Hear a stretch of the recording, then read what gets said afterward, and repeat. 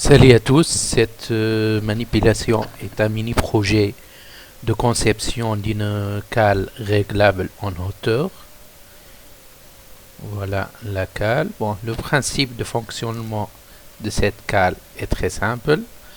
On voit bien donc la rotation de la pièce 6, divise 6, va être transformée en un mouvement de translation de la pièce Coulissou 4. Et ainsi, donc, on aura la translation donc du poussoir, voilà, du poussoir repère 2. Bon, le travail demandé donc dans cette manipulation est de dessiner donc toutes les pièces donc non standards, les pièces de 1 à 6 constituant ce mécanisme-là. Donc là, le socle, le poussoir, le semelle, le coulisseau, la plaque et le vis de manœuvre. Bon, concernant les deux autres vis, sont des vis standards que l'on peut donc prochainement les retrouver dans dans la bibliothèque du SolidWorks. Donc, vous avez là les dessins de définition de toutes les pièces. Donc là, la pièce 4, pièce 1, pièce 2, pièce 5, 6, pièce 3. Voilà. Donc tous les dessins de définition de toutes les pièces. Donc vous allez mesurer les côtes directement sur le dessin pour donc dessiner ces pièces-là avec le logiciel SolidWorks. Bon, donc dans ce qui suit, je vais vous donner une petite idée sur l'utilisation de ce logiciel. Donc, commençons donc par la conception d'une pièce prismatique avec SolidWorks en utilisant donc les fonctions les plus utiles, les plus utilisées. Voilà, à savoir donc la fonction bossage, la fonction enlèvement de matière extrudée, et les fonctions là de réalisation des congés et des chanfreins. Bon, le congé, c'est-à-dire l'arrondi, l'arrondissement donc de l'arête ou des arêtes de la pièce. Et la quatrième fonction, donc c'est l'assistance pour le perçage. Voilà les quatre fonctions les plus utilisées. Sont des fonctions, peut-être, on peut dire qu'elles sont suffisantes pour dessiner, pour concevoir n'importe quelle pièce avec SolidWorks. Donc, je vais ouvrir maintenant SolidWorks. Voilà, SolidWorks. Voilà, je clique donc sur Nouveau. Donc, on a là le choix de réaliser une pièce, un assemblage ou la mise en plan donc d'une pièce ou d'un système. Bon, donc dans cette manip, on va commencer par la réalisation des pièces. Donc, on va choisir pièce. Elle est déjà sélectionnée. Puis donc, je clique là sur OK. Voilà. Bon. Là, comme vous voyez, il y a les fonctions, l'esquisse, c'est-à-dire le plan de travail, et d'autres fonctions que l'on ne va pas utiliser pour l'instant. Donc là, je commence donc par cliquer sur esquisse, donc pour ouvrir l'espace travail, puis je clique là sur esquisse là pour choisir le repère de travail. Voilà. Et puis je clique là et voilà, le repère s'affiche. Bon, je vais concevoir donc une simple pièce là. Bon, je peux utiliser donc les outils de dessin, le rectangle, les traits, les cercles, etc. Bon, je vais prendre par exemple un rectangle donc pour dessiner une simple pièce. Donc là, une pièce parallélépédique. Voilà, j'ai dessiné le rectangle. Et puis je clique sur OK, bien. Donc là, comme vous voyez, le rectangle là, il est bleu. Ça doit être tous en noir. Donc on doit donner les codes nécessaires donc pour la conception ou pour le dessin de ce rectangle. Donc j'allais sur cotation et je vais donner la longueur et la largeur de ce rectangle là, par exemple. Donc largeur 50 mm par exemple, et là la longueur par exemple je vais mettre 100. OK, et voilà, vous voyez le rectangle devenu noir, tout le rectangle. Donc il est bien positionné et bien dimensionné. Je vais donc passer à la première fonction que j'ai parlé tout de suite. Voilà, je clique sur fonction et voilà, vous voyez la fonction base bossage extrudé. Donc je vais cliquer sur cette fonction pour donner une épaisseur à ma pièce. Donc là, je peux choisir l'épaisseur, par exemple 40, et voilà, je clique sur OK. On voit bien donc notre pièce, un parallélépède rectangle là. Bon, après donc la réalisation de cette pièce, je peux enlever de la matière de cette pièce en utilisant donc la fonction enlèvement de matière. Voilà, la fonction enlèvement de matière extrudée. Bon, avant tout, donc là, avant d'enlever la matière, je dois donc couvrir de nouveau une esquisse. Donc je clique là, par exemple, cette phase. Non. Je vais aller à l'affichage donc normal et je reviens sur esquisse. Je clique encore sur esquisse là. Et voilà. Maintenant, je vais dessiner encore par exemple un rectangle là. Donc je vais enlever, je vais faire non, pas bien pris là. Je reviens sur rectangle. Je vais faire donc une entaille. Voilà, à ma pièce. Puis donc bon, je clique OK pour le rectangle. Puis donc je dois donner les codes. Donc j'allais sur cotation et je donne les codes là, par exemple 20. Et voilà, c'est bien, ça devient noir. Donc là, c'est bien pour la cotation. Je clique sur OK là.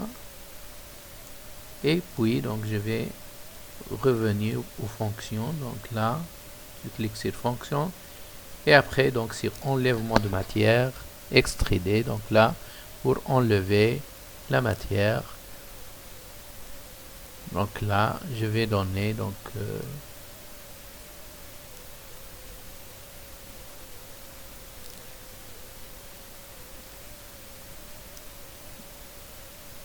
la distance. Donc là, voilà, par exemple, c'est affiché par 40. Bon, je peux le modifier. Par exemple, je vais faire donc une entaille là de 20 mm. Et voilà, on aura bien une entaille droite dans notre pièce. Voilà, de 20 mm. je peux encore faire d'autres enlèvements de matière, par exemple une réunion I ou des trous, etc. Bon, je passe maintenant à voir donc la deuxième fonction que j'ai parlé, donc plutôt la troisième fonction, les congés et les chanfreins. Donc là, on l'utilise pour faire les chanfreins ou pour chanfreiner ou pour arrondir les arêtes. Donc là, je vais choisir l'arête et voilà la congé. Donc bon, je vais faire par exemple des chanfreins. Donc je clique sur la flèche là pour choisir chanfrein. Bon, je vais donner les dimensions, donc une distance et un angle. Donc par exemple 5 mm, c'est suffisant. Et après, donc je clique sur OK. Voilà, donc on aura bien un chanfrein là. Donc je peux répéter ça pour toutes les autres arêtes. Donc voilà, chanfrein toujours. Bon. On aura donc les dimensions par défaut, les dernières dimensions. Donc je clique sur OK. Encore là, je peux faire un chanfrein, donc je peux le sélectionner d'ici. Voilà, chanfrein. Les dernières valeurs s'affichent, donc je clique sur OK. Et voilà, j'ai fait 3 chanfreins et ça serait le quatrième chanfrein là. Bon. Voilà. Je clique sur OK. Et voilà, j'ai fait les chanfreins de ma pièce. Aussi, je peux faire des arrondis. Donc, je peux arrondir les arêtes de la pièce en utilisant donc la fonction congé. Donc là, par exemple, je vais choisir cette arête là et je clique sur congé là. Voilà, congé. Donc, je dois donner le rayon.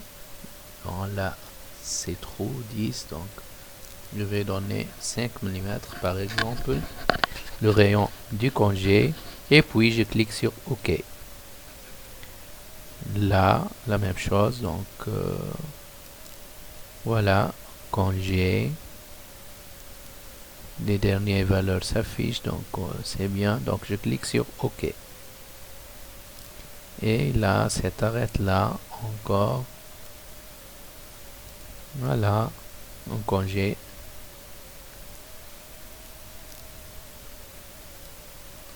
Voilà, OK. Voilà, c'est bien. J'ai utilisé les fonctions, donc chanfrein et congé. Bon, la dernière fonction que l'on utilise souvent sur SolidWorks, c'est l'enlèvement de matière extrudée. Bon, cette fonction, voilà, ne nécessite pas d'ouvrir un esquisse. Donc, j'allais directement sur enlèvement de matière extrudée. Donc là, sélectionner un plan, voilà, une face, voilà, j'ai sélectionné par exemple ce plan-là.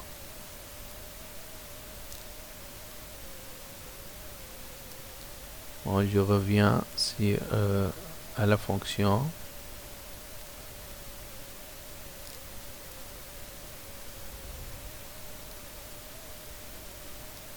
Enlèvement de matière extrude. Bon, plutôt là, je dois quitter l'esquisse avant d'aller donc à la fonction. Voilà, je quitte l'esquisse. Je reviens, voilà, les fonctions. Ça marche. Donc là, je vais utiliser la fonction enlèvement, plutôt la fonction assistance pour le perçage. Voilà, la fonction assistance pour le perçage. Donc pour faire un trou ou des trous dans ma pièce, bon, je peux choisir donc le type. Est-ce que c'est un trou? Là, vous avez un trou simple, perçage simple, et là, un trou donc taraudé. je peux choisir par exemple perçage simple, là. Donc la norme c'est ISO, je vais choisir donc norme ISO, donc passage de vis par exemple, ok, c'est un trou pour faire passer une vis donc de diamètre par exemple 5. Voilà, j'ai bien défini le type. Maintenant je dois définir la position donc du trou, donc je clique là sur position, je sélectionne la face, voilà, je clique et après donc je fais la cotation, donc je donne les cotes, cette cote là par exemple, je peux mettre par exemple 20 mm là et la cote donc de l'autre côté là,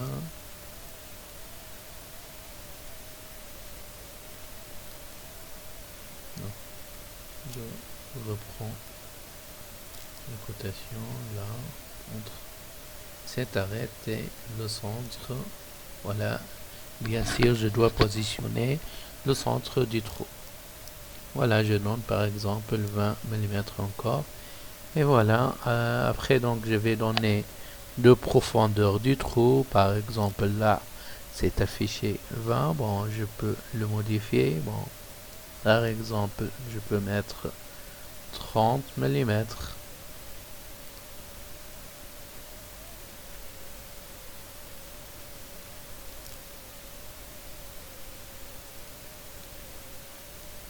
Et voilà, je clique sur plutôt là c'est pour positionner, bon j'ai bien cliqué sur la position, le type, voilà, je clique sur OK et voilà bien notre trou. C'est un trou borgne là, c'est-à-dire c'est pas sur toute la pièce. Bon, on peut encore faire donc des trous taraudés, donc je reviens sur assistance pour le perçage pour faire un trou taraudé maintenant, par exemple là, donc le norme ISO, donc trou taraudé, je vais choisir trou taraudé et la taille du trou par exemple M10, donc c'est-à-dire de diamètre 10. Voilà, après donc de définir le trou, donc bon je peux faire un trou soit borgne, soit je peux choisir bon, à travers tout par exemple, c'est-à-dire sur toute la pièce. Je vais faire le trou sur toute la pièce. Bon. Je reviens donc là, je clique sur position pour définir le centre du trou, donc là sélectionnez la face où vous souhaitez placer le perçage, je vais sélectionner cette face là, voilà, je clique une fois pour mettre le trou et puis je vais faire la cotation, je vais coter le centre du trou, voilà, une première cote par exemple 25 mm et une deuxième cote est nécessaire donc suivant l'autre direction, bon, j'échappe, je prends la cotation, bon, une autre fois, voilà, donc la deuxième cote, ça serait d'ici jusqu'au centre, là, donc là, par exemple, 30 degrés, et voilà, OK, OK pour la cotation. Alors pour le type là,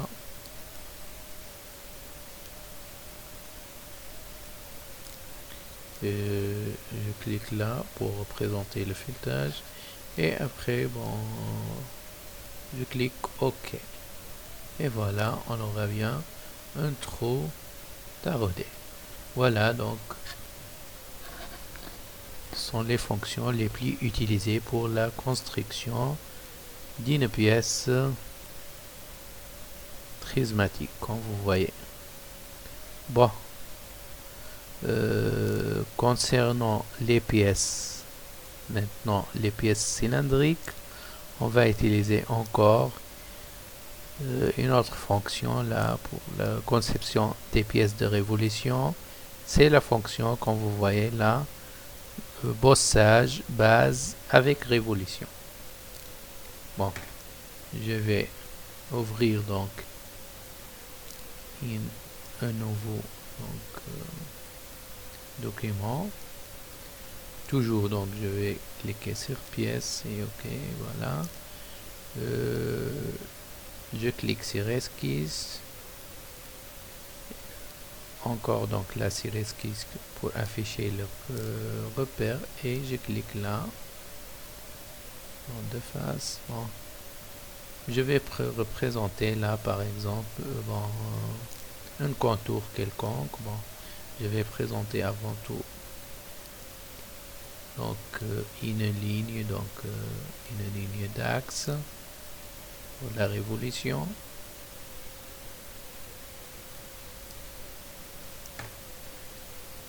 Et puis donc je vais représenter des traits quelconques là, par exemple comme ça.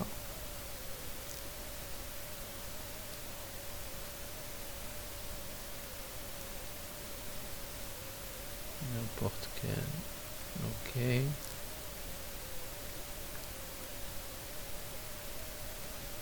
Encore, bon là. Ici, je vais aller là, voilà.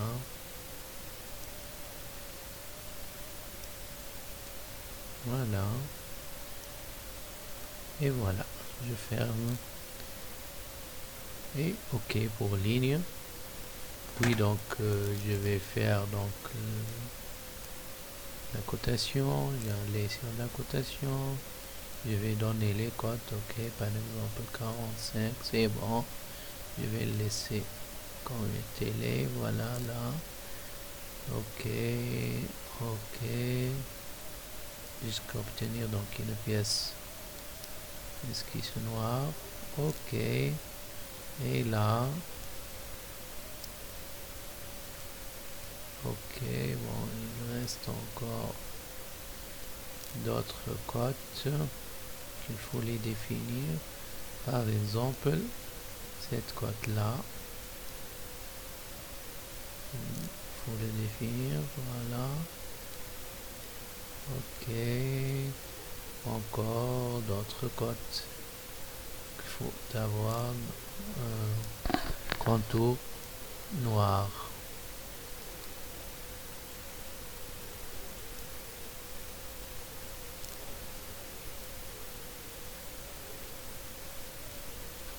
Bon, donc après de faire la cotation de la pièce, je vais aller donc sur fonction. Je choisis la fonction bossage base avec révolution.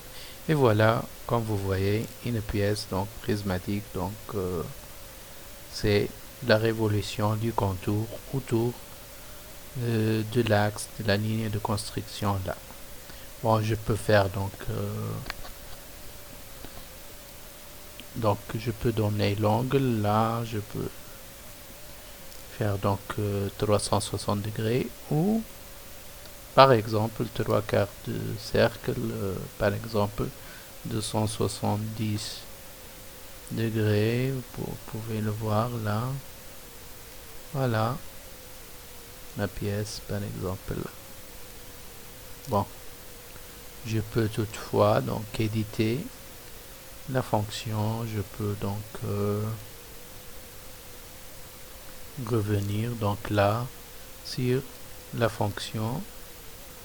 Je peux éditer que ce soit l'esquisse ou la fonction. Bon, je vais éditer la fonction pour le remettre à 360 degrés. Voilà. Bon. Ok. Vous voyez donc une pièce donc complète.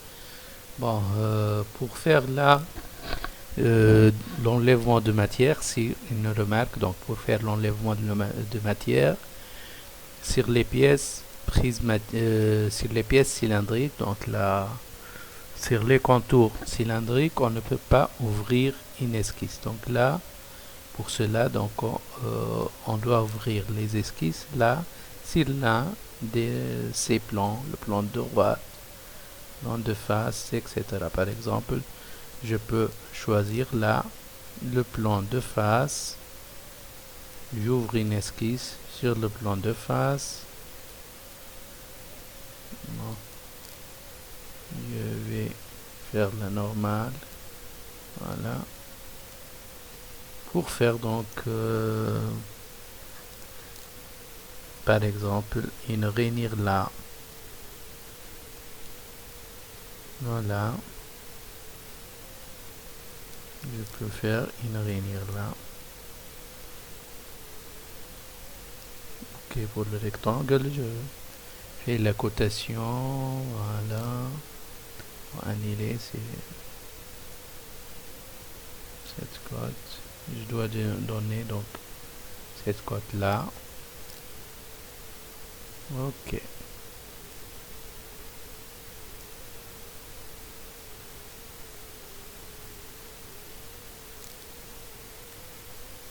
Et peut-être donc la position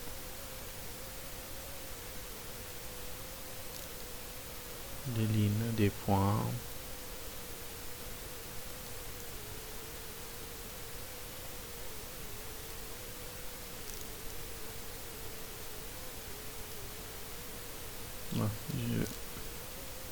Je vais pas trop se concentrer sur là. Voilà, bon, ok. Et puis donc je reviens sur la fonction enlèvement de matière extruder. Donc là pour enlever la matière, pour faire une rainure de 10 par exemple.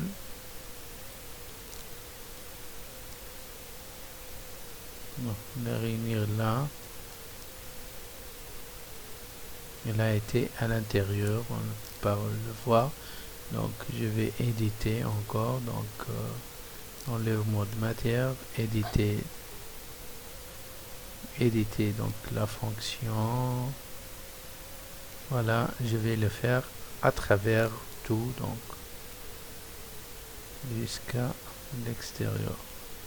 Et voilà, pour voir notre rainure donc à travers tout. Voilà, c'est tout ce que j'ai voulu dire pour la conception des pièces sur SolidWorks. Et bon travail à tous.